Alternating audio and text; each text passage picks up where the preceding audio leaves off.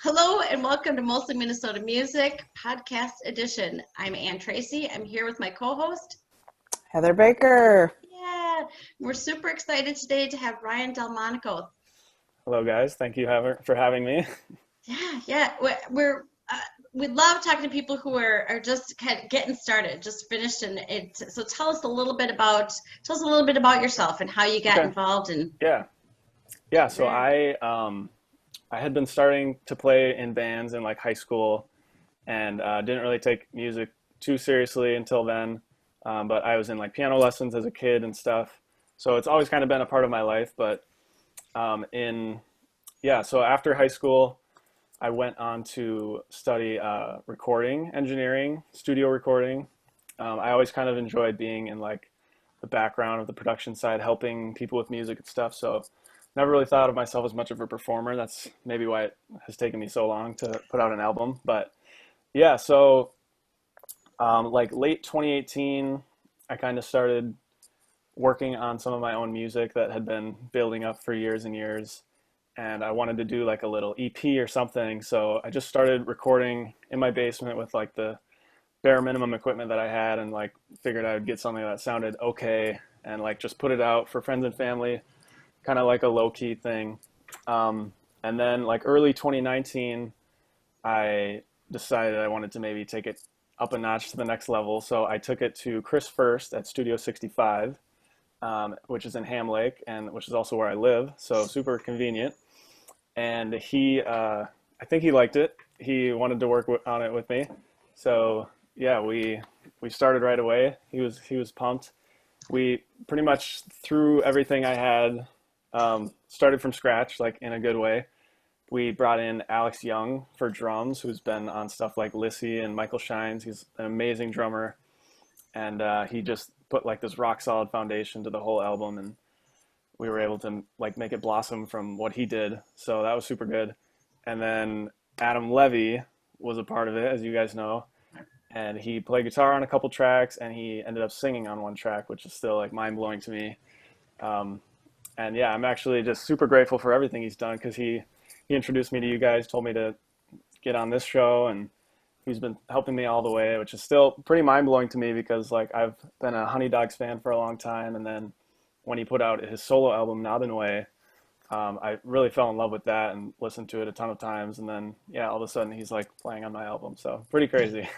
It's pretty starstruck from him, even though I've been in his apartment and stuff. I'm still, yeah, it's pretty cool. How did you reach out to him? So Chris knew him pretty Okay. well. Yeah, Chris, the guy who owns the studio. Um, and that's another thing I'm just super grateful is Chris has been able to connect me with all these people, not to mention make my album sound way better than it ever should have sounded. Nice. But yeah, so Chris reached out to Adam and asked him if he could play guitar on a couple tracks, and he came in and did that, and I was there, so that was just super cool. He gave me a copy of Knob and Way and put a little note in it, and then yeah, it was pretty long after that that we had a track that we were like, maybe we should ask Adam to sing on this, and of course he was totally down. That's just the guy he is, and yeah, that was that. That is a great story. I love that. It's crazy to me Yeah, anyway.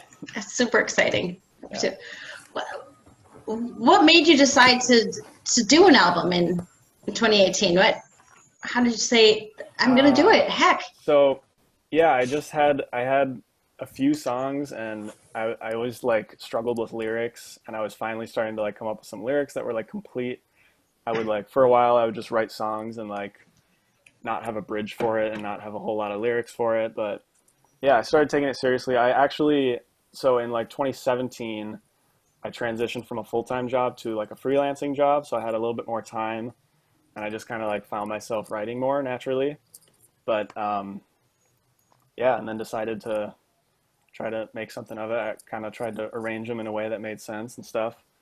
But a fun little side note, I was looking at some past interviews you guys did, and you interviewed Unendings or Nick, and I was watching his like interview, and I was just blown away because our stories are super similar.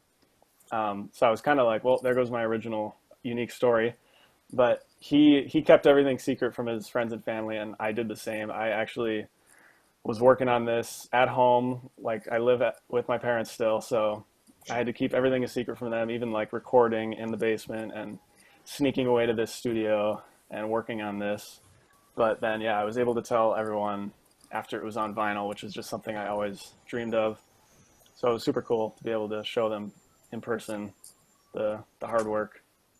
I can only Did imagine you the keep shock. it? Oh, I was going Go to say, ahead. did you keep it secret because you wanted to surprise them with the record, or I was just kind of unsure, or yeah? I was telling myself that was the reason, but I think it was more of, yeah, a little bit of like fear and like just no one expected it because I'd like played in bands, but I never have like done my own music at all. So yeah, I was just kind of, as I was making it, I was like, I don't know if I really want to tell people about this. And then as it got further and further and started becoming more real, I'm like, well, I might as well just wait until I have the physical copy in my hand. So yeah, I don't know. Maybe that That's, was like the lazy way of doing things. So like I didn't have to tell people about it as I went, but it was it was rewarding for sure to tell everyone. or just your natural progression of when you felt comfortable instead of, everybody going, when's it coming out? When, Exactly. Yeah. and with time being so Hmm. crazy right now. But that I wanted to ask too, you had a few songs or whatever and coming, is there something that influenced your writing particularly or for this album? Or Very, yeah, various things. Some of the songs I had written like years ago, and then some of them I had written like just during the recording process. But yeah, just various things. Like one of them is about a close friend of mine losing his mother. And then another one is about just relationship stuff. Um, but yeah, it's just kind of all stuff that's been built up inside of me for a long time. And Adam has definitely actually been an influence on songwriting for sure. In what way? Um, Lyrical content, melodies, everything. We when I actually listened to him, or when I listened to the album with him for the first time, he kind of like heard his part for the first time, and he thought like, "Oh, I kind of sound like you." And I was just like, "Wait, what? You mean like I sound like you?" Or, but yeah, that was super cool. What is that like when you're listening to the album with somebody that, you've known about and you've been a fan of for a while, and then you're sitting there and there's the work that must be nail bitey.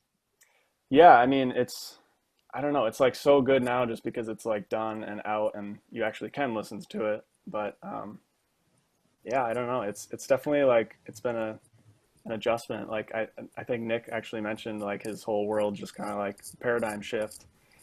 So yeah, it's definitely a new thing for me. First album.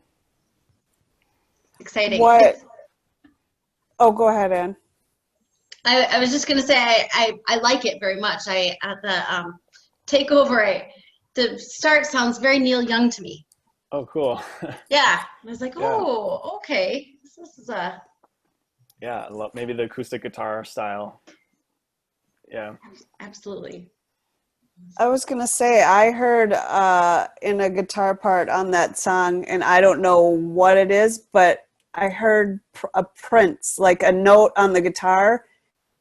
I That don't was know. that was probably Adam. He did a guitar solo on that one, and he I'm was serious. I'm gonna send you right where it is. And when I okay. was listening, I was like, "This sounds like Prince right now." It was just so crazy to me. He set up this actual like tape loop, like not like a digital pedal or anything. It's like this huge box that you plug your guitar into, and he was just kind of messing with knobs the whole time. And we did a little bit of stitching together, but yeah, he just did this crazy solo, and that's like one of the highlights of the album. That guitar solo for sure.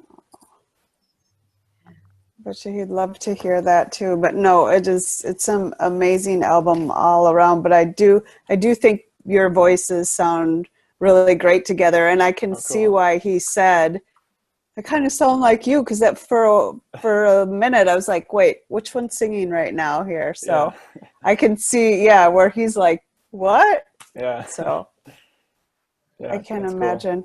Yeah. Yeah.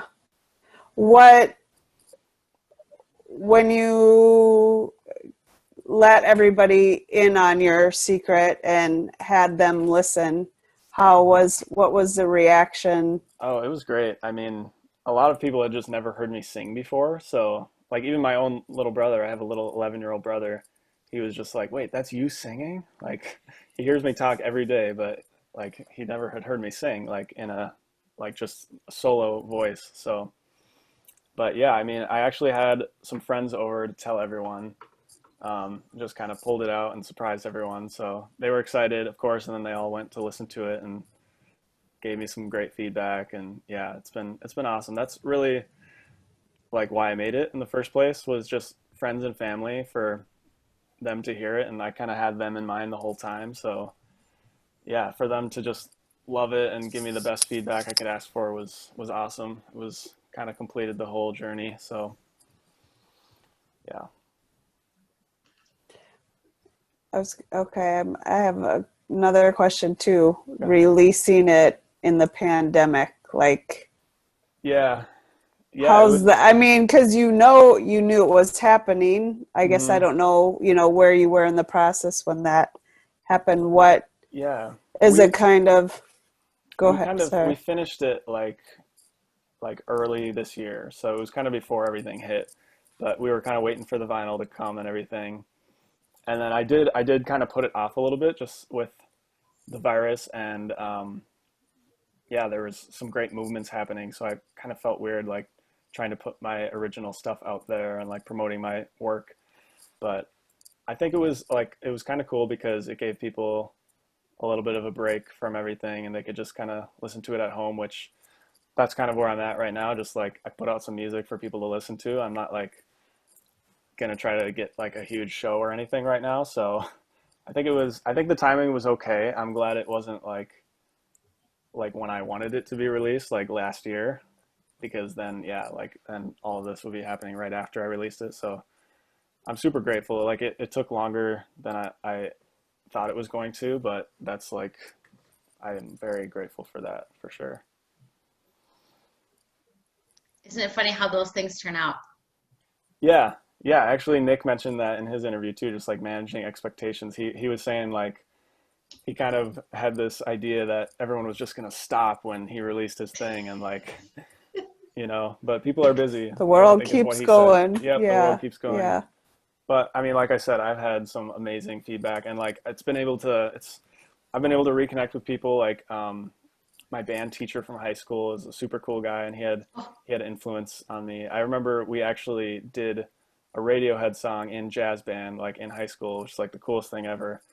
And so yeah, I was able to reconnect with him and sit down and chat with him and listen to the album. So um, yeah, it's been great. And like my grandma has always been a huge supporter of my music, and she always I would go and visit her and like play guitar and piano for her, and she would always just be in love with it and like, oh, I want to record you doing that someday. And I was kind of like nudged her that there might be something coming soon that you can hear. So but she actually has dementia, which is there's like a good side to dementia that like she kind of forgets that I have this album out, so I get to tell her like she's hearing it for the first time. Yeah, so she gets pretty excited every time I tell her. oh. You're like, when? Yeah. Yep, yep. I was like, that's not such a bad thing. Yeah, she's super bubbly and happy, and you wouldn't even really be able to tell that she has dementia just by meeting her. But yeah, she does forget that I've released the album, which I'm totally cool with. Or is she just giving you a little Maybe self-love and that's letting that might be you it. be proud of yourself every She's a smart time? You woman. never know. Yeah, Yeah. yeah. That might be happening.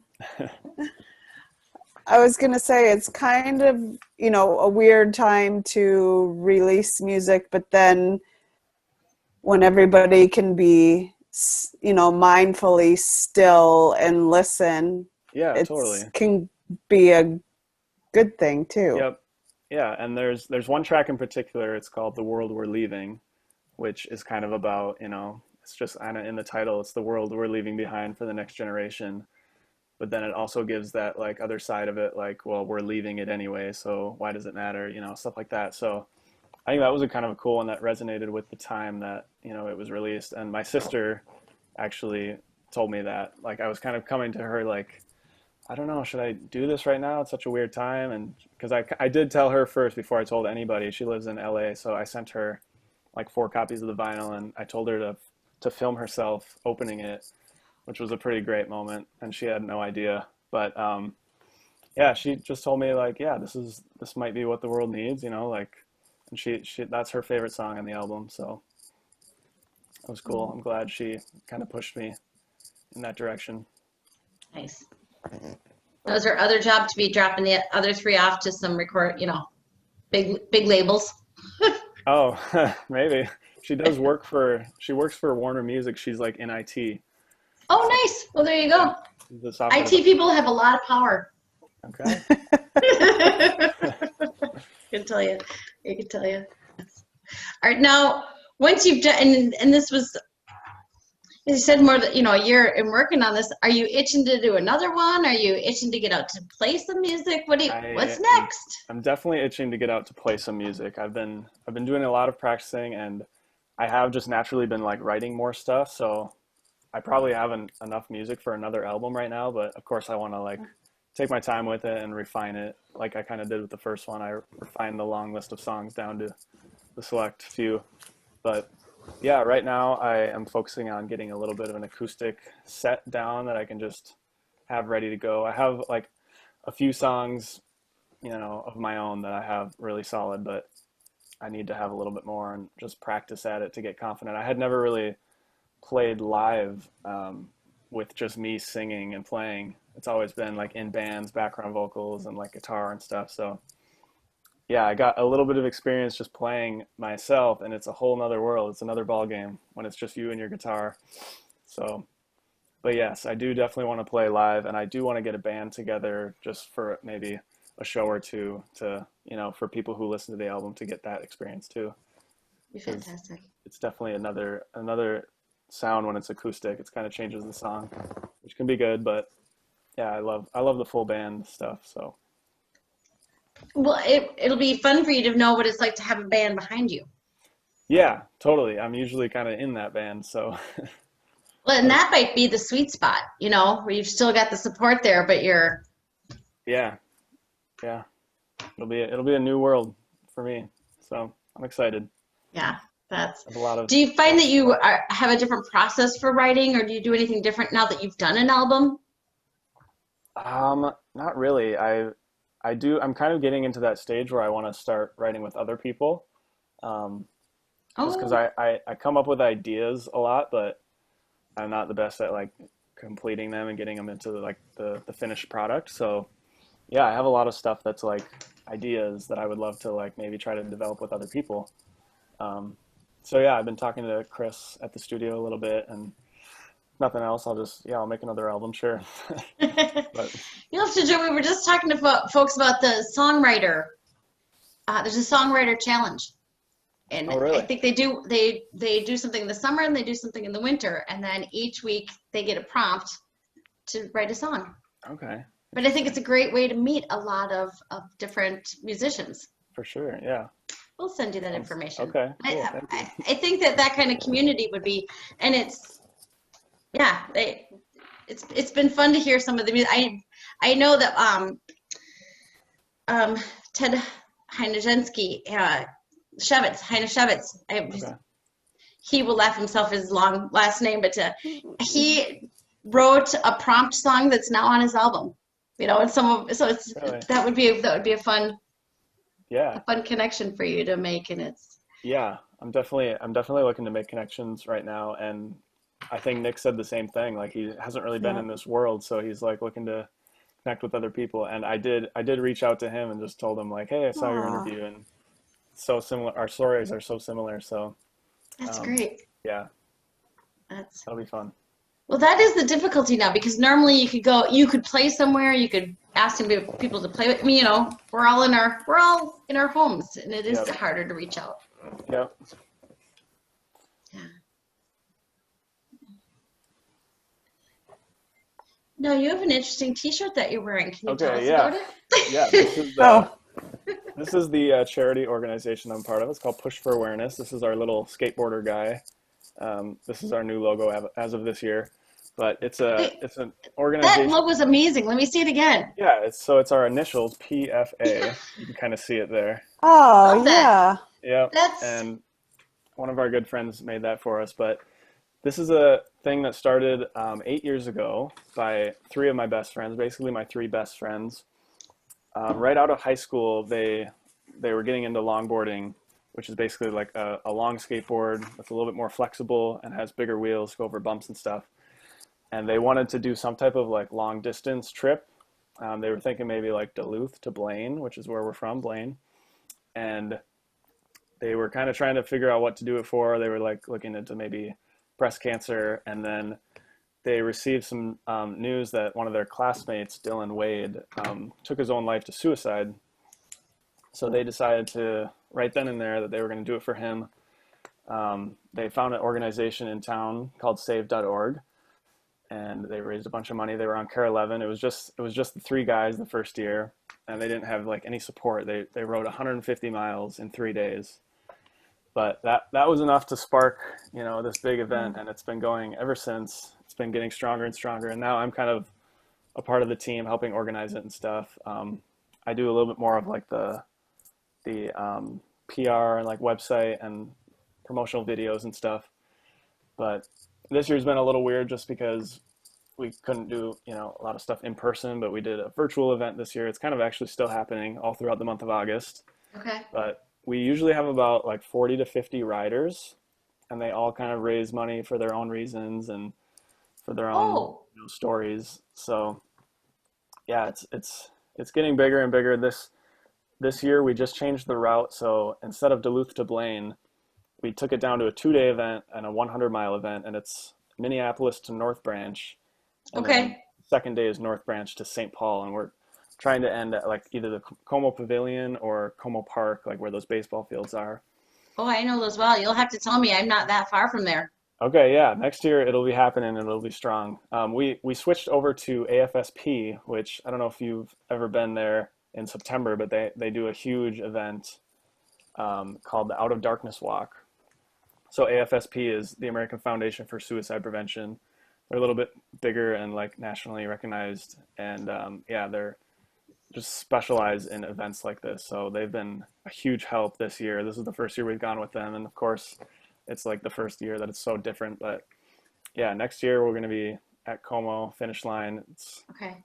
We're going to try to do some type of live music, and we actually had Kat Perkins on the books for this year, but Oh, it kind of, yeah, it fell apart, but that's okay. oh, Next year it'll be good.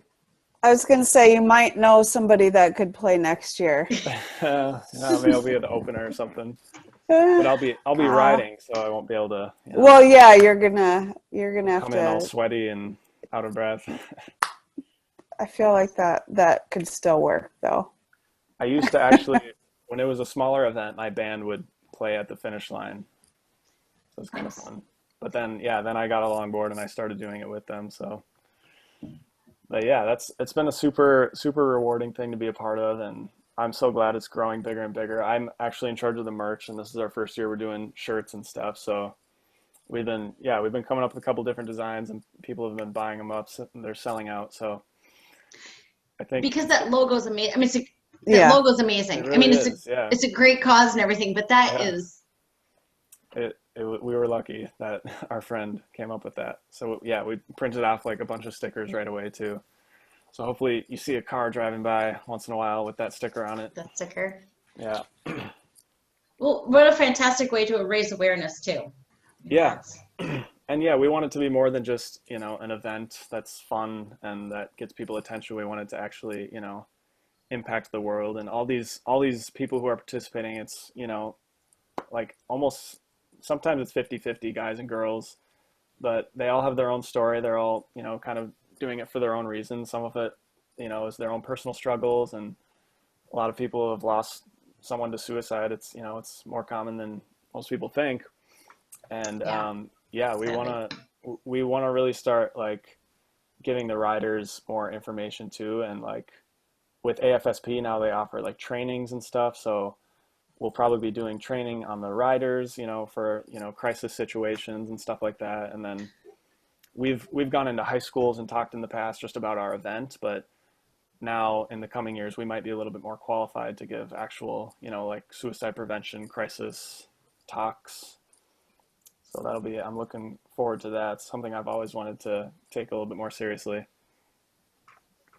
That's awesome. I think that's, good for you. Yeah, thank you. I'm happy to be part of it, and I think it's definitely moving in the right direction. It's getting bigger, and yeah, it'll be cool to watch it grow the next couple of years. Well, and tell people how they can find it.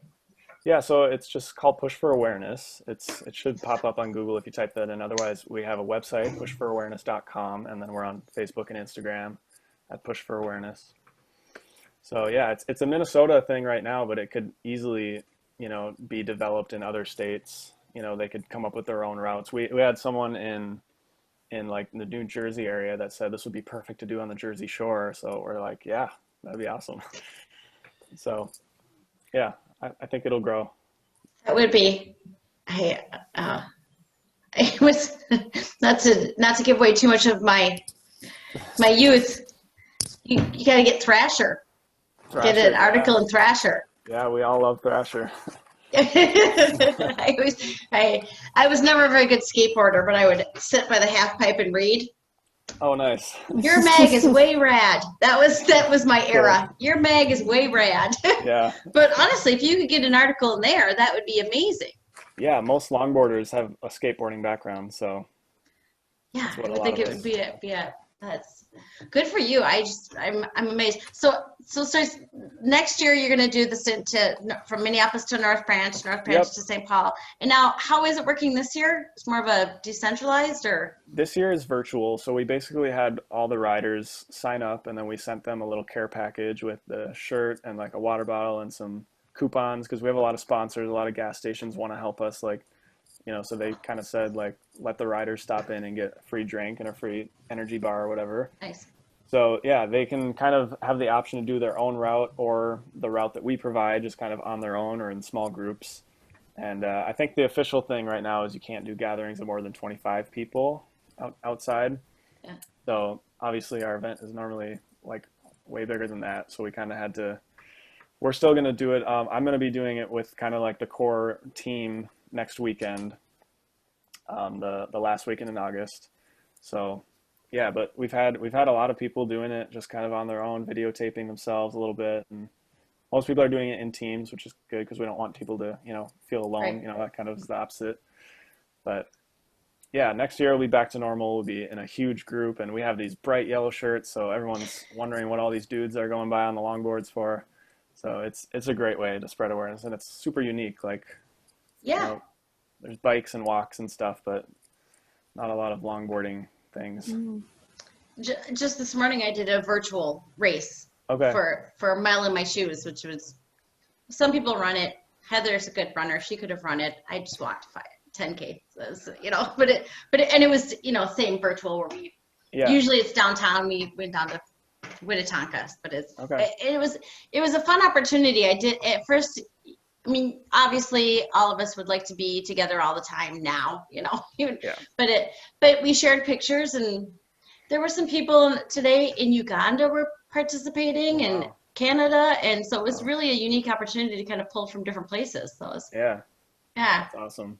Yeah, I just think that's amazing that you've gone from 3 people the first year to, as you say, 40 to 50. Yeah. We've had to kind of cap it in the past just because when we went from Duluth to Blaine, we've had 2 nights of hotels. So that was kind of our limitation, is we couldn't book a ton of rooms, so we're kind of trying to figure out, since it's only a 1-night overnight this year, we could maybe do something bigger in future years, like renting out a gymnasium or something, or a campground or something like that. But yeah, that's really kind of the only limiting factor. But theoretically, we could have more than 50 people. I think it would be cool to get to that 100 person mark. I know there's 100 longboarders in Minnesota, so that'd be cool. I was going to say, it would feel cool if you did something like a campground and stuff, and if you have more of a hands-on ability to talk with people Yeah, do some type of about the training. topic. Yeah, and just, or conversation, let people open up and Yeah, whatever. I don't know.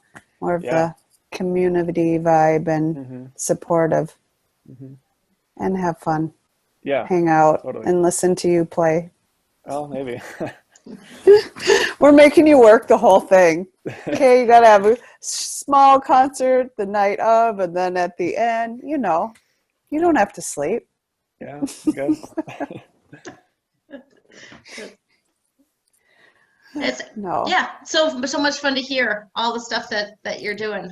All Yeah, the thank you for letting me share about that. I always love any chance I can get to spread awareness of that event. So, well, good for you for doing it. And that's yeah. Well, as you said, that it's a friend from high school. With are these folks you yeah. went to high school with? Yeah, it was Yep, it was we went to Spring Lake Park High School, so kind of in that Blaine okay. area. And yeah, it's still in his honor. His parents are involved in it a lot, so they've been able to get a lot of joy and, like it's pretty cool that we're still doing it for him. And just the fact that he was able to spark this, Yeah, something pretty positive came out of it. So I think his parents are very grateful for what we do and stuff. And it's cool to have them, show up every year and help out every year. So yeah. yeah, Well, it's really a testament to the sort of kid he was, and that's nice for the parents to see. yeah, absolutely, yeah. Yeah, as you say, to spark something. So that's Hmm. nice. Can Nice. I want to ask one question though too. I'm totally going way back to almost the beginning, so Okay. sorry. But your title, The Great Unknown, Yeah. spill it. What Oh, geez. Well, that last song on the album is called "The Great Unknown," and that's with me on the piano. There's a couple songs with me on the piano, but that was a song I had with me for years. That was like the only one that I think I started writing in high school. But it was just the most special song to me, and I wish I could say the lyrics were like super meaningful, but it's just like really, it's the verses are kind of about like stepping out and to like trying to like meet a person, that you see, and then yeah, you're kind of, I tend to like overthink things and inflate things in my head, so it's this, just a simple task. Yeah, right. but Yep. I but yeah, am. I am. it's the I guess, yeah, it's a simple thing that you kind of think about too hard and it becomes like this great unknown. Um, but it was really just the fact of that was my favorite song on the album, and it had to be the last song. And yeah, I thought it would be a fitting title track. So I was gonna say it's fitting now, just The Great Unknown. I was like, well, that's perfect. So yeah, I didn't even really think about that, but that's totally what we're in right now. definitely, definitely. Um, yeah. I was gonna say there was one other song too. What I wrote a note because it sounded like sort of a Beck Oh, really? sound. Yeah. Okay. Have you heard that of Not you? yet. No. Because when she was saying Neil Young, I was like, wait, I had Prince on a thing. I had Beck. Like it was just, you can morph. It's not like you can hear you are straining to go somewhere else, but it's just the tone of the sound. It can really change how you hear it. I Cool. don't know. I Yeah. found it fascinating. So, Yeah, I'm yeah, glad that you guys are hearing so much in it. yeah. I tried to have a little bit of a mix in there, so it's not like the same sound on every song. So that's pretty cool.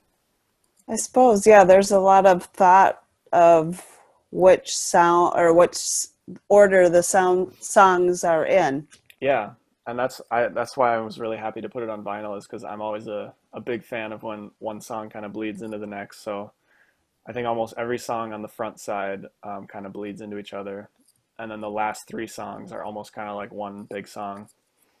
There's that little interlude that kind of sets up the last track. So yeah, it was super fun to plan all that out and kind of hear it as it was developing. So And I'm glad I was able to get you guys the vinyl for this. Oh, So, I know. thank you Yeah, so you're much for checking it super out. sweet. It's fantastic to Yes. have vinyl. It's yeah, Yeah. that's And I did just get it in a couple of the major record stores, so I'm super excited about that. Oh, that's right. Yeah, I it's saw in- your. It's at the Electric Fetus now, and then it's also at Agartha in St. Paul. oh, I know So, Garda, yes. and those are my like two favorite shops. So I figured I would just kind of put it in those two for now. Fantastic. Yeah. Let How people does know. that feel? Oh, sorry. Oh, sorry, I was It's gonna say let people know where they can find you online too. Yeah, the album is out on streaming platforms, so Apple Music, Spotify, Amazon, everything like that. And then I have an Instagram. That's just Delmonaco, like it's spelled, and then underscore. And yeah, of course, it's at the record stores. To answer your question, Heather, that felt pretty amazing. Like I made a little post just myself walking in the store and filming myself grab my own vinyl is super cool. And I'm right behind Lana Del Rey because that's the DEL. So I was like, oh, that's a plus because I love her. So yeah, Who doesn't want to be right next to Lana Del Rey? That is funny. yeah, Good. sure. I'm trying to think, who would I? Yeah. No.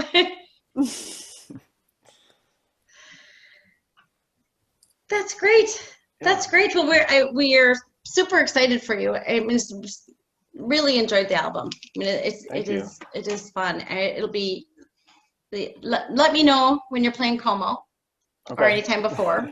You know, it'd be fun to see you play. I mean, I think that'll Yeah, kind of be the next I'm step. excited. Yeah, Yeah. Yeah. Strange Times. That'll be the next step. But totally. yes. Yes, Ryan Delmonaco, Delmonaco, name of Yep. the band. Thank you so Cool. much. Thank you so much for Thank being you with guys. us. Yeah, I appreciate everything you guys do. So thank you for having me. Well, thanks for making the time. Thank you. Yeah. Good night, guys. Good night. Good night. Thank you.